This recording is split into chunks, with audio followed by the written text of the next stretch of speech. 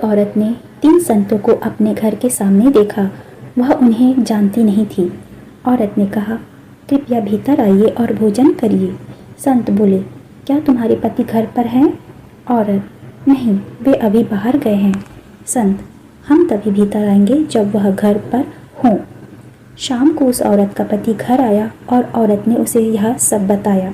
पति, जाओ और उनसे कहो कि मैं घर आ गया हूँ और उनको आदर सहित बुलाओ।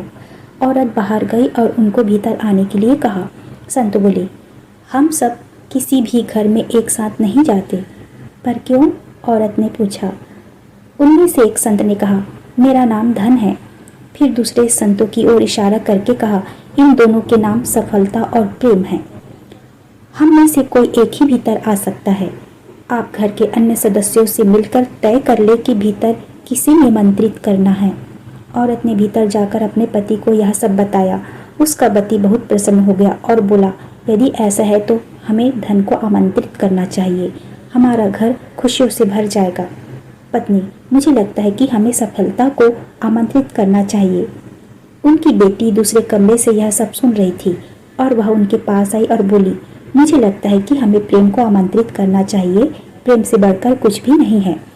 तुम ठीक कहती हो, हमें प्रेम को ही बुलाना चाहिए, उसके माता पिता ने कहा। औरत घर के बाहर गई और उसने संतों से पूछा, आप में से जिनका नाम प्रेम है वे कृपया घर में प्रवेश कर भोजन ग्रहण करें। प्रेम घर की ओर बढ़ चले। बाकी के 2 संत भी उनके पीछे चलने लगे। औरत ने आश्चर्य से उन दोनों से पूछा, मैंने तो सिर्फ प्रेम को आमंत्रित किया था, आप लोग भीतर क्यों जा रहे हैं?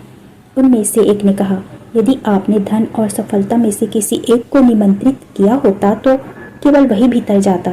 आपने प्रेम को आमंत्रित किया है। प्रेम कभी अकेला नहीं जाता। प्रेम जहाँ जहाँ जाता है, धन और सफलता उसके पीछे पीछे जाते हैं।